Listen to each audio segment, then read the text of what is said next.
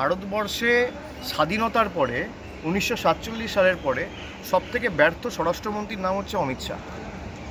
অমিত শাহর অধীনে একের পর এক জঙ্গি হানা থেকে শুরু করে এই যে অনুপ্রবেশ, তারপর এই যে বাংলায় দাবি করে কয়লা পাচার, গরু পাচার, এ তো সিআইএসএফ বিএসএফের মদত না থাকলে করা যায় না।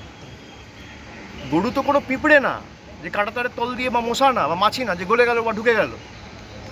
একটা আস্ত গরু কী করে বর্ডার থেকে এপার থেকে ওপার যাচ্ছে বিএসএফের মদত না থাকলে? টাকা টাকার কাছে যায়। বিএসএফের কজনকে সিবিআই ইডি ডেকেছে, আমি অ্যারেস্ট করা ছেড়ে দিলাম, 5 বছর ধরে তদন্ত চলছে, একজনকে একটা সামান পাঠিয়ে এখনো পর্যন্ত ডাকেনি। কলিয়ারি গার্ড করে সিআইএসএফ, সিআইএসএফের কোনো কমান্ড্যান্টকে ডেকেছে?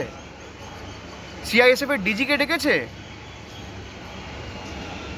বাংলাদেশ থেকে যদি কোনো অনুপ্রবেশকারী ঢোকে, তার সবথেকে বড় দায়িত্ব তো অমিত শাহ নিজের।